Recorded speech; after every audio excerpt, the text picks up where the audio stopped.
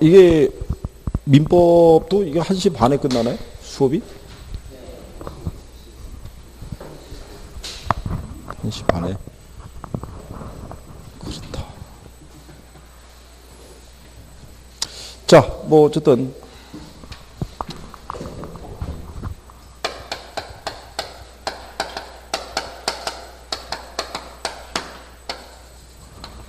자, 외부 효과는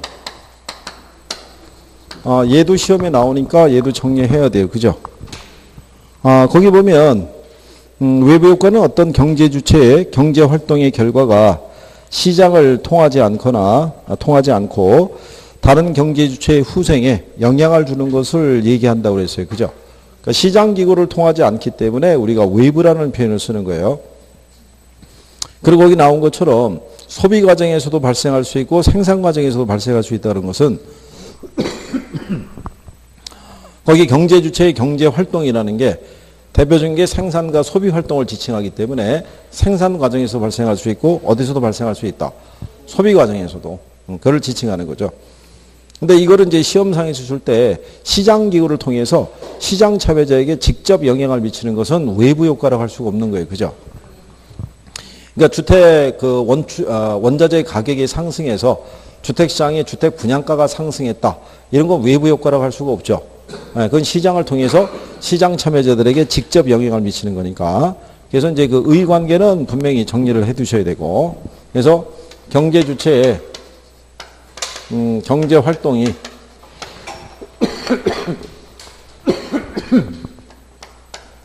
어디를 통하지 않고 시장 기구를 통하지 않고 거래 당사자가 아닌 누구에게 제3자에게 의도하지 않는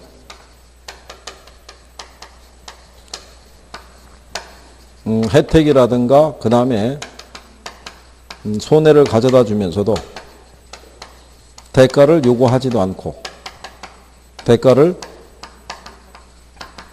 지불하지도 않는 것을 우리가 외부 효과라고 그랬어요. 그죠? 그래서 거기 보시면 정예비 효과하고 부예비 효과가 있는데 첫 번째로 나타나는 게 이제 정예비 효과가 있어요.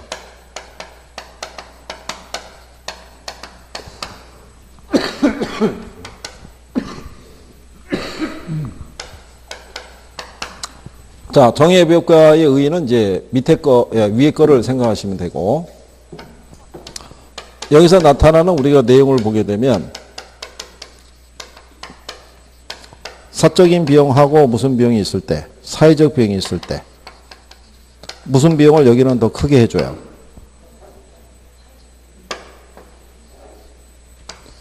이 비용이 크겠죠. 요건 알아야 돼요. 무슨 비용을 더 크게 해준다. 네, 그러니까 사회적 비용을 작게 해주는 거예요. 그죠? 근데 얘는 시장에서 무슨 생산의 문제를 가지고 있다. 과소 생산. 그렇기 때문에 정부가 각종 뭐를 지급해 줌으로써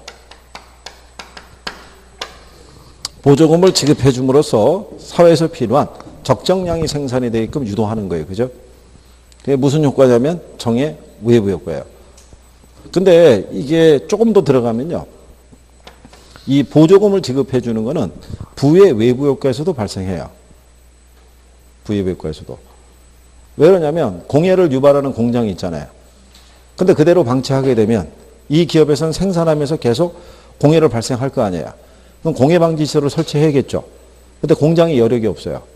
그럼 자체적으로 해결이 안 된다는 얘기잖아요. 그럼 정부가 뭐를 지급해 줌으로써 보조금을 지급해 줌으로써 그 시설을 설치하도록 유도할 수 있어요, 없어요? 유도할 수 있죠. 근데 그 표현이 나오면 여러분들이 헷갈린다고요. 왜냐하면 보조금 지급은 어디에서만? 정의 외부효과에서 발생하는 거 알고 있지. 부의 외부효과에도 그걸 지급한다? 그러면 또 착각할 거 아니에요. 그러니까 선생들이 표현할 때 부의 외부효과에서는 그 표현을 가급적이면 안 해주는 거예요. 나중에 나왔을 때 어디에 적용하는지를 제대로 구별이 안 돼 있는데 그걸 반영하면 힘들어하니까. 그러니까 이 정도 선에서. 그래서 사적인 비용은 누가 부담하는 비용이라고 그랬어요. 이건 생산자가 부담하는 비용. 그럼 사회적 비용은? 얘는 구성이 사적 비용하고요. 외부 비용으로 구성이 되어 있는데 정의 외부 효과는 이거를 빼준다는 얘기죠. 무슨 비용을? 외부 비용의 부담을 줄여주는 거잖아요. 얘가 줄어들어야지 이 비용에 비해서 이 비용이 작아질 거 아니에요. 그죠? 지난번에 얘기했던 거 기억나시나요?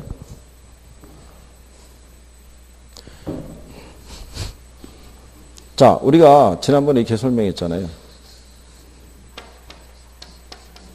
제주도에 서귀포시에 가면 여기 제주 월드컵 경기장이 있어요. 근데 이 월드컵 경기장 부지를 한 사람이 기부했다고 그랬죠. 그렇잖아요. 그래서 여기 가면 부제가 강창학 경기장이라고 되어 있어요. 그 부지를 기부한 사람의 이름을 따서. 그러면 여기서 월드컵 경기장이 있음으로써 여기에서 무슨 경기가 열려요? 이 경기장이 없으면 제주도에도 지금 프로축구단이 있고 프로축구 경기가 여기서 열린다는 얘기는 얘가 있어서 가능한 거예요. 이가 없으면 여기서는 경기가 열리지 않을 거고 그럼 제주도에서도 축구 경기를 좋아하는 사람이 있죠. 이 사람이 그 경기를 직접 보려고 그러면 어디를 나가야 돼요? 부산을 나가든 아니면 광주를 가든 아니면 서울로 오든 그러면 많은 뭐가 들어가요? 교통비용이 발생할 거 아니에요. 근데 얘가 존재함으로써 나갈 이유가 없어진 거잖아요. 여기 그냥 거주하고 있어도 계속 와서 경기할 테니까. 그러면 사적인 비용은 저 사람이 그 부지를 갖다가 개인적으로 뭐 한 거예요? 기부한 거잖아요. 부지의 가치가 만약에 100억이라고 생각해 보자고요. 그죠? 그러면 이 100억이 들어감으로써 이 사람들이 외부에 나가서 축구 경기를 관람하기 위해서 지불하는 교통비용은 어떻게 돼요? 계속 줄어들 거 아니에요. 그렇잖아요. 그러니까 결국은 두 개의 비용을 합한 게 사회적 비용인데 얘가 점점 줄어드니까 당연히 얘보다는 얘가 작아질 수밖에 없죠. 무슨 효과로 인해서? 정의예비 효과로 인해서. 근데 이런 경우는 시장에서 많다 적다. 적다라는 거예요. 그러니까 정의예비 효과는 이게 마이너스로 나타나는 거예요. 부예비 효과는 뭐로? 플러스로 나타나는 거예요. 그러니까 사회적 비용이 사적 비용보다 커지는 결과를 초래하는 건 부예비 효과. 이거는 무슨 효과예요? 정의예비 효과니까.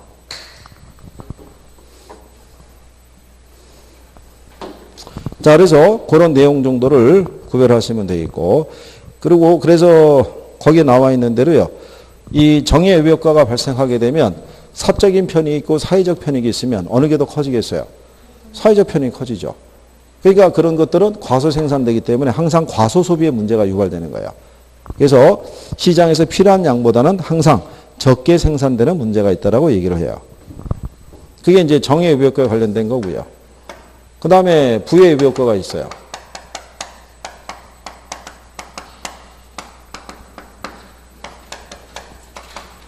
의의는 이제 저기다가 정리한 거고요. 내용을 보면 얘는 사적인 비용이 있고 그 다음에 무슨 비용이 있으면 무슨 비용을 더 크게 해요? 사회적 비용은. 그렇죠? 그러면서 얘는 시장기구의 생산을 맡기면 무슨 생산? 과대 생산의 문제가 유발이 돼요. 그래서 정부는 각종 뭐를 하는 거예요? 규제를 하게 되겠죠. 그렇죠? 그러니까 여기서는 이런 내용이라고 생각하시면 되죠. 사적 비용이 있고 사회적 비용이라는 것은 결국 사적 비용과 외부 비용으로 구성이 되어 있는데 여기서는 이게 플러스 시키는 거예요. 그렇죠? 그러니까 얘가 얘보다 커질 수밖에 없죠. 이 비용이 누가 부담하는 비용이냐면 생산에 참여하지 않는 사람들이 부담하는 비용인 거예요. 외부 비용이. 그럼 만약에 공해를 유발하는 공장이 있잖아요. 그러면 걔가 제품을 생산하면서 얻는 생산비에는 공해를 유발해서 발생하는 오염을 시킨 부분을 정화시키는 비용까지는 반영이 안 돼 있는 거야. 그냥 자체 생산비만 들어가 있지. 그럼 외부 비용은 누가 부담해요? 오염된 공기를 정화시키는 비용은 결국은 생산에 참여하지 않는 일반 국민들이 부담할 거 아니에요. 그러면은 걔네들이 생산 비용이 가령 예를 들어서 100만 원이라고 가정할 때 추가되는 외부 비용이 20만 원이라고 그러면 얘네들이 항상 커질 수밖에 없죠. 공해가 계속 유발이 되면. 공해를 발생하는 것을 제거하는 비용은 생산에 참여하지 않는 일반 시민들이 부담해야 될 거 아니에요. 그래서 이런 부작용을 초래하는 게 무슨 효과다? 부의 외부 효과죠. 그래서 이거는 각종 뭐를 통해서? 규제를 통해서. 대표적인 게 뭐를 부과하는 거라고 그래요? 조세를 부과하는 거. 그죠? 그런 것들을 우리가 얘기를 했고요. 이 조세를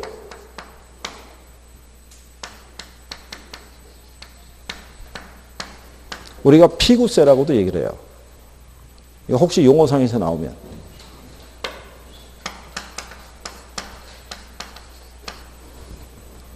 피구라는 학자가 부의 외부 효과를 해결하기 위해서는 적절한 뭐를 해야 된다?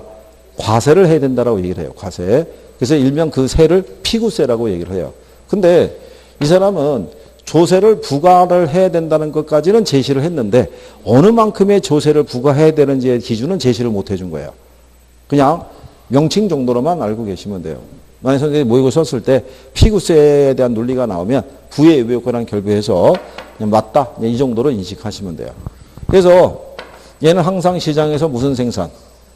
쟤는 무슨 생산? 과소 생산. 그러니까 이걸 자주 물어보는 거예요. 그럼 얘를 왜 자주 물어보겠어요? 과소고 과대인데 왜 이거를 바꿔서 주겠어요? 아까 얘기했지만 시장 실패라는 게 그거잖아요. 시장에서 필요한 양보다 많이 생산되거나 적게 생산되는 게 시장 실패니까 이걸 기본 포인트로 해서 물어보는 거예요. 과대인데 과소로, 과소인데 과대로 이렇게. 그러니까 그 정도는 기본적으로 정리가 돼 있으시면 되겠고. 그 다음에 정의 외부 효과랑 관련되어 있는 사회적인 현상은 핀피 현상이에요. 그죠? 이거는 플리즈 인 마이 프론티아 되니까. 그 다음에 얘는 무슨 현상? 이건 님비 현상인 거야. not in my backyard니까. 다 지역 이기주의와 결부되어 있다라고 얘기했어요. 그죠? 네, 그래서 그런 쪽으로 구별하시면 되겠고. 그래서 대부분 정의 외부 효과가 유발되면요. 수요 곡선이 어느 쪽으로? 우측으로. 부의 외부 효과가 발생하면 정부의 규제로 인해서 공급이 줄어드니까 공급 곡선이 어느 쪽으로? 좌측으로. 네, 그 정도만 기억을 해 두시면 돼요. 무슨 말인지 아시겠죠? 그리고 거기 61페이지 하단 박스에 가면 오른쪽 시장에 시멘트 공장 설치 시 인근 주택 시장에 미치는 영향 뭐 이런 식으로 나오잖아요. 네, 그거는 그냥 참고하셔도 돼요. 이게 그 이후에 나오는 논리가 있는데 거기까지는 뭐 출제된 선례가 없어요. 그게. 그리고 그 내용이 조금 더 복잡해요. 내용 자체가. 그 안에 들어가게 되면 비용이 일정한 산업, 비용이 증가되는 산업으로 구분해서 접근을 또 해줘야 되는 거예요. 이게 간단하게 이게 끝나는 게 아니라 그래서 그 정도는 그냥 참고해 주셔도 별 무리가 없다. 이렇게 보시면 되겠고요.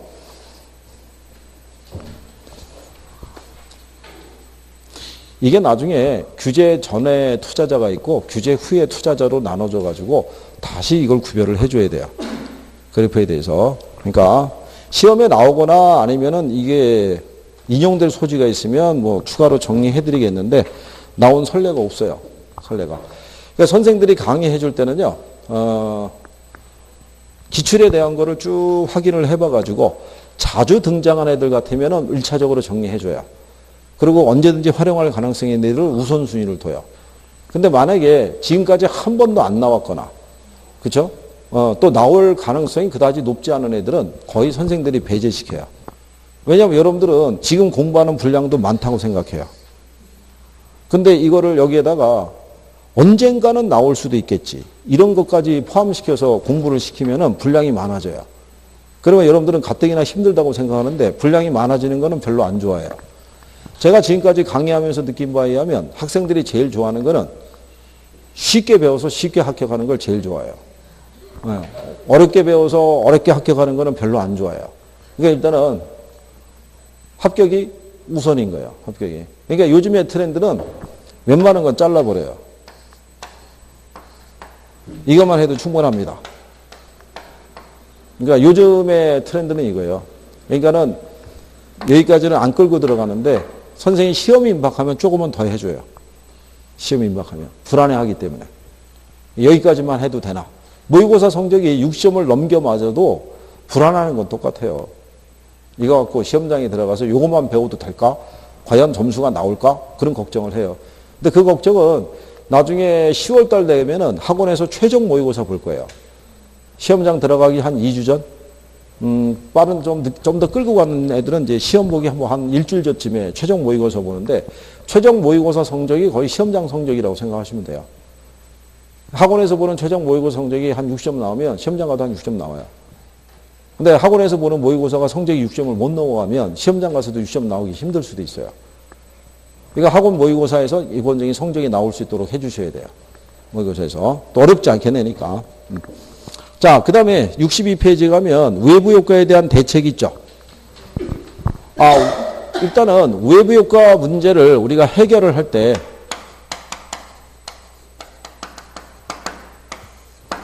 이거 지역 주민 자체적으로 해결할 수 있어요, 없어요? 외부 효과 문제.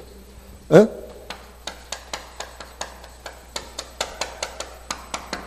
지역 주민 자체적으로 해결할 수도 있어요. 지역 주민 자체적으로 단체나 이런 걸 조직을 해서 지난번에 왜 얘기했었잖아요. 예를 들어서 인근 지역에 만약에 신축하는 공사장이 있으면 지역 주민 대표가 가가지고 건축회사 대표랑 협상을 해가지고 피해 보상 받을 수도 있어요, 없어요? 받을 수 있거나 소음을 줄일 수 있는 어떤 방법을 설치하거나 이렇게 유도할 수도 있는 거예요. 그러니까 지역 주민을 통해서도 해결은 가능할 수도 있다 이런 얘기예요. 그 다음에 외부 효과를 내부화하는 방법이 있죠. 내부화시키는 게 뭐를 부과해서? 조세를 부과함으로써. 그래서 외부 효과를 뭘 할 수도 있다. 내부화시킬 수 있다는 얘기는 아까 얘기한 것처럼 얘네가 어떤 이제 오염물질을 배출하게 되면 정부가 들어가서 규제할 거 아니에요. 그러면 이제 거기에 따른 각종 이제 과세를 부과하거나 하게 되면 얘들은 어쩔 수 없이 공해 방지 시설들을 설치할 수밖에 없잖아요. 그러니까 외부 비용이 내부화가 되는 거예요. 생산비에 모두 들어가니까. 공해를 방지하는 시설에 대한 어떤 생산비도 다 포함이 되니까. 그래서 외부 비용을 내부화시키는 방법도 존재하고. 그 다음에 합병도 가능하다고 그랬죠. 네.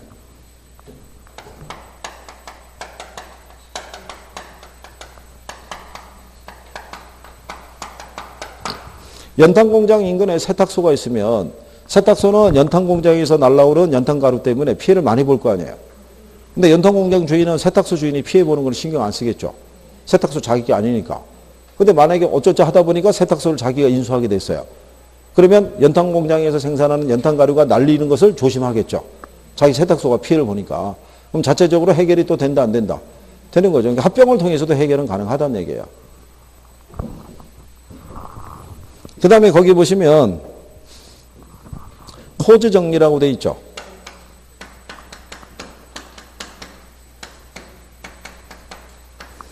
자, 미국의 경제학자인 코즈라는 사람은요.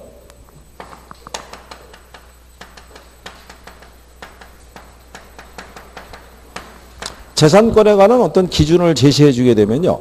정부가 굳이 개입하지 않더라도 외부 효과의 문제는 시장을 통해서 해결할 수 있다라고 얘기를 하는 거예요. 그죠?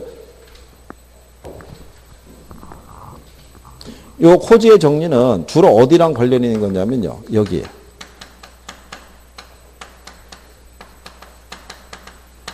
이게 지금 무슨 얘기냐면 부의 외부 효과 문제를 해결할 때 정부가 굳이 개입하는 것보다는 시장을 통해서 해결하는 게 더 바람직하다고 보는 거예요. 그러니까 정부의 시장 개입을 뭘 하겠다는 거예요. 최소화시킨다는 논리예요. 제가 지난번에 이거 갖고 얘기했었죠.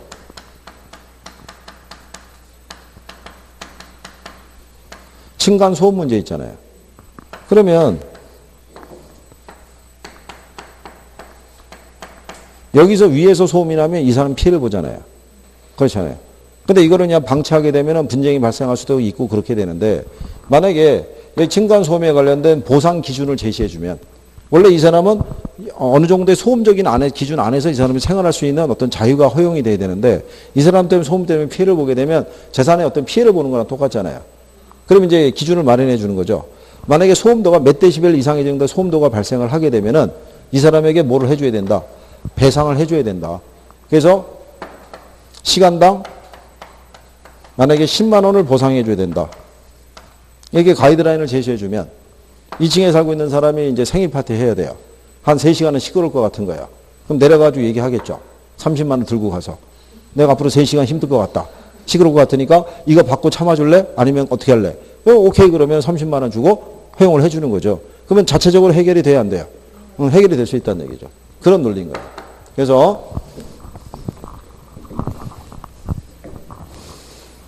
그래서 그렇게 구별을 하시면 되겠고요. 자, 그래서 이제 외부 효과에 대한 해결책에 대한 것까지 정리하신 거고. 그 다음에 이제 뒤로 넘어가시면, 64페이지에 가면 정부의 시장 개입 수단이라고 있죠. 네. 거기도 일단 별표는 해야 되는데 그 중에서 기억하실 거는 직접 개입 있죠. 걔에다 별표하시면 돼요.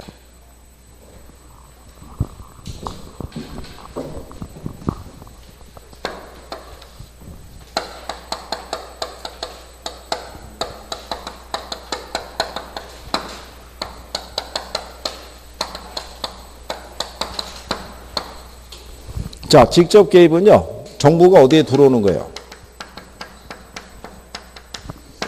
시장에 들어오는 거예요. 들어와서 정부가 수요자 및 공급자로서의 역할을 수행하는 거예요. 그럴 때 우리가 지난번에 얘기했었죠. 직접 개입에는 얘가 많이 들어가요. 공이. 공영개발 있죠. 공공투자사업 뭐 이런 것 있잖아요. 그 다음에 공공주택 있죠. 그래서 이렇게 공이 들어간 애들은 다 무슨 개입이에요?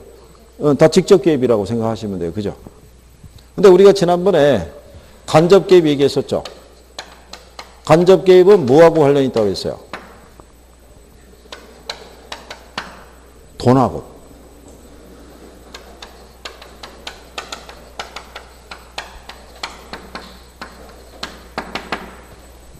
각종 개발 부담금이나 세금이나 이런 게 들어가게 되면 다 무슨 개입이다? 간접 개입. 특히 얘는 2번이나 나왔어요. 이거. 개발 부담금 제도는 정부의 직접 개입 수단이다. 그럼 틀리겠죠. 그러면 각종 부담금이나 세금의 부과는 정부의 직접 개입 수단이다. 그럼 틀리겠죠. 그렇게 2번을 인용을 해줬어요. 자주 등장하는 얘들이에요. 거기에다가 뭐를 조율을 하면서 이런 거 조율하는 것도 무슨 개입이다? 간접 개입이죠. 근데 이거를 꾸준히 줘요. 그러니까 얘네를 단독으로 문제가 나온 적도 있고요. 지문으로 활용해서 출제를 해주기도 해요. 그래서 일단 직접 개입에 들어가시면은 거기 64페이지에 토지은행 있죠. 2번에 가면 공영개발 있죠. 3번에 가면 공공택지개발 있죠. 그 다음에 가면은 공공임대주택 있잖아요. 그러니까 전부 공이 들어가잖아요. 일단. 그래서 그렇게 구별하시면 되겠고. 거기 임대료 규제하고 분양가 규제라고 돼 있잖아요. 거기 얘가 직접 개입에 들어가 있잖아요. 그거는 삭제하세요. 그거는 직접 개입이라고 보기는 어려워요. 그 자체가. 이게 그 선생들 중에 보면 규제에 대한 것에서 직접 개입이다, 간접 개입이다 가지고 얘기를 하는 경우가 많이 있는데 실전에서 그걸 쓴 적이 없어요. 일단 그거는 생략하시면 돼요. 모의고사에서 언급을 하더라도 그거는 별로 신경 안 써요. 그리고 모의고사에서 임대료 규제하고 분양가 규제를 직접 개입이다, 간접 개입이다 이렇게 출연하는 경우도 거의 없을 거예요. 그냥 그건 생략시키시면 돼요. 무슨 말인지 아시겠죠? 이게 이제 가끔 가다가 뭐가 있냐면 선생들이 어떤 이제 주관적인 판단을 해서 그걸 싫은 경우가 있어요. 근데 그러면 안 돼요. 시험이라는 거는 객관성이 있어야 돼요. 그러니까 제가 만약에 여러분들하고 강의해서 제가 강의를 했기 때문에 여러분들은 제 강의를 들었으니까 이해를 할 거 아니에요. 그러니까 제가 단어를 압축하거나 이렇게 해서 출제를 해주게 되더라도 우리끼리 이해를 해요. 근데 불특정 다수는 이해를 못하죠. 제 강의를 못 듣는 사람은 무슨 말인지 모를 거 아니에요. 그걸 저 혼자 우겨본다고 소용이 없는 거죠. 근데 여러분들이 보는 시험은 불특정 다수가 보는 거잖아요. 전국에. 그러니까는 지명을 거론하더라도 특정 지명을 거론하지도 않아요. 여러분들 실제로 보는 시험에서는. 그러니까 이신청이라는 게 그래서 존재하는 거예요. 그게 누구의 주관적인 생각이나 잘못된 판단에서 문제가 나오면 인청이 들어가 버린다고요. 그러니까 출제자들도 근거를 대면서 지문을 쓰는 거예요. 그러니까 주관적인 판단에서는 문제를 낸다 안 된다. 그건 안 내요 절대로. 옛날에는 이신청도 없었고 그다음에 문제지도 외부로 유출이 안 됐을 때는 그때는 자기들이 주관적으로 갖고 있던 생각도 지문으로 막 냈어요. 근데 이제 11회 때서부터는 문제지도 공표가 되고 외부로 유출이 되고 이신청이라는 게 존재하니까 점차적으로 이제 출제자들도 출제를 할 때는 근거를 제시를 해야 돼요. 어디에 기초해서 낸 거지. 내 머릿속에 있는 걸 가지고 냈다 이렇게 얘기할 수는 없는 거예요. 그러니까 그거는 참고하셔도 되는 거예요. 그는 아니 개입은 하는데 그걸 간접 개입으로 보는 견해도 있고 간접 개입으로. 자 생각해 보시면 임대료 규제한 거잖아요. 정부가 시장기계에 들어와서 수요자 및 공급자로서의 역할을 수행한 건 아니에요. 단순히 뭐만 한 거예요. 립 서비스 한 거예요. 규제시키겠다고. 그렇잖아요. 정부가 무슨 그 재정 지출을 하거나 그런 건 아니란 말이에요. 근데 여기 보시면 직접 개입은 수요자 및 공급자로서 역할을 한다는 얘기잖아요. 일단 공급자로서 역할을 하기 위해서는 사야 될 거 아니에요. 비용 지출이 발생할 거 아니에요. 그렇잖아요. 그러니까 이게 보는 기준에 따라 틀려지는 거예요. 그러니까 학자들의 간에 이견이 있으면은 그런 거는 문제로 채용을 안 한다고요. 그러니까 여러분 시험에 지금까지 나온 선례가 없어요.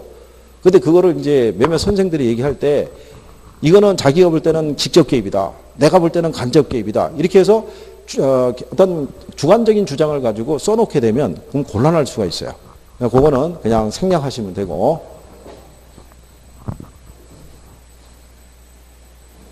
자, 그 다음에 토지은행 제도가 있을 때 박스 안에 자, 토지은행 제도는 현재 우리나라에서 운영이 되고 있다, 안 되고 있다? 네, 운영은 되고 있다고 그랬고요. 그래서 이제 국장이 10년을 단위로 비축계획을 수립을 해서 발표는 하도록 돼 있어요. 그죠? 그러면 토지은행 제도라는 것은요, 말 그대로, 이게 토지 비축제도라고 그랬죠. 예, 정부 등이 미리 저렴한 가격의 토지를 매입해서 나중에 사회적 수요가 증가할 때 보다 저렴하게 그 토지를 공급해주는 그런 것을 우리가 토지은행 제도라고 그랬고, 그러면 토지은행 제도에 있을 때 가장 큰 단점은 뭐라고 그랬어요? 비용 부담 문제가 있고 관리 문제가 있죠. 비축은 하고 있는데 언제 개발할지 모르잖아요. 그죠? 관리에 따라 문제가 있고 사서 비축해야 되니까 비용 문제라는 게 발생할 수 있어요. 근데 장점은 뭐겠어요? 공공이 비축을 했으니까 이게 효율적이고 계획적인 토지 이용이 가능할 거 아니에요. 그죠? 그리고 주로 누구를 위해서? 무주택 서민을 위해서 택지 조성을 해서 공급을 해주거나 공공주택을 지어서 공급하는 걸로 활용할 수가 있겠죠. 그래서 거기 장점하고 그 다음에 뭐가 있을 때? 단점이 있을 때. 그래서 제목에 대한 거를 잘 기억하시면 기본적으로 정리가 가능하다라고 얘기를 한 거예요. 그렇겠죠? 자, 그래서 직접 개입하고 간접 개입이 있으면 그 정도 여러분들이 정리를 해주시면 돼요. 자, 그래서 이제 여기에 대한 내용까지 정리하신 거고, 그 다음에 이제 토지정책에 나오는 게 지역지구제가 나와 있어요. 그죠? 지역지구제. 여기도 일단 별표는 해야 돼요. 별표는 하는데, 요 지역지구제에 대한 거는요, 요것만은 또 하시면 안 되고, 공법에서 여러분들이 지역지구제 이거 배우죠? 네, 거기에 기초 용어 정도는 정리를 해 두셔야 되는 게 아마 필요할 거예요. 지난번에 한 것처럼, 왜 용도 지역과 지구는 중첩해서 지정할 수 있다 없다? 에? 중첩해서 지정할 수 있단 말이에요. 그렇죠? 하나의 지구도 중복해서 지정할 수 있다 없다? 지구. 지구는 중복해서 지정할 수 있다 없다? 있다. 그러니까 그게 공법에서 들었던 건데 학계론에서 얘기하면은 그게 생각이 안 날 때가 있어요. 그러니까 출제자도 그걸 노리는 거예요.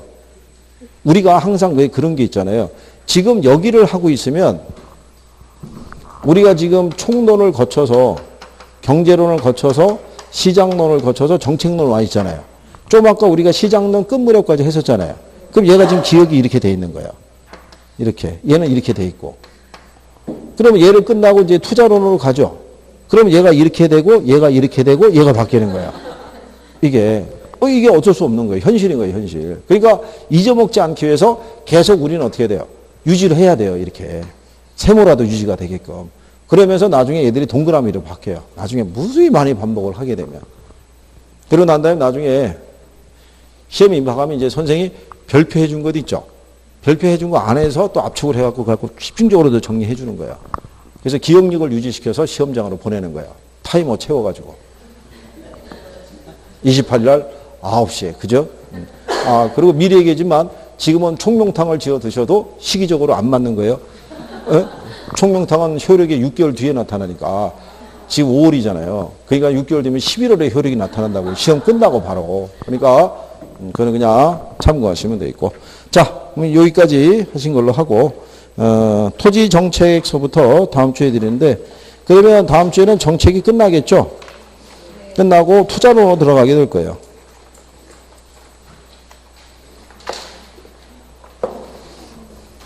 지난번에 채점한 결과에 의하면 투자하고 금융에 대한 부분이 조금 하여간 떨어져요. 그 부분을 지난번에 아마 여러분들이 6개의 문제만 조금 정답률이 조금 있었고 임대료 규제가 이건 정답률은 제일 높게 나왔었어요. 임대료 규제 정책이 그 한 70% 정답률이. 그 다음에 포트폴리오 이론에서 한 64%. 네, 그 정도 해가지고 한 6개 정도가 하여간 그 정답률이 평균적인 수준보다 높게 나온 거고, 과락보다 높게, 40% 이상에. 근데 이제 취약하게 나온 애들이 의외로 토지의 특성도 많이 틀렸고요. 릴리의 법칙도 계산 문제 많이 틀렸고, 종합했던 공공재수도 틀린 게 있었고요. 포트폴리오 기대 수익률 계산도 많이 틀렸고, 순영업소도 계산하는 것도 좀 틀렸고, 종합환원율 있죠. 순소득 승수의 역수, 그것도 많이 틀렸고. 그러니까 그런 것들을 조금씩 보완을 하시는 게 필요할 거고, 개발도 의외로 성적이 잘 안 나왔고요. 개발은 문제 물론 한 문제밖에 안 드렸지만 정답률은 많이 떨어져 있었다고 생각하시면 돼요. 그래서 보완을 하면 늘어나요. 그러니까 오늘 얘기한 것처럼 남아서 복습 좀 하시고, 예? 오늘 경제론 위주로 공부를 쭉 하시고, 내일은 시장론 위주로, 모레는 또 정책론, 금요일 날은 예를 들어서 투자론, 이렇게 한번 이렇게 일주일 내내 이렇게 돌게 되면요, 틀림없이 실력이 늘어나요. 장담하는데. 그렇죠. 그러면 아마 6월달 말 정도가 되면 갑자기 그럴 거예요. 2차 나와. 이렇게 얘기할 거예요. 1차 다 됐다고. 그러니까 6월달까지만 그렇게 해주시면 돼요. 자, 오늘은 여기까지 합니다. 고생했습니다. 수고하셨습니다.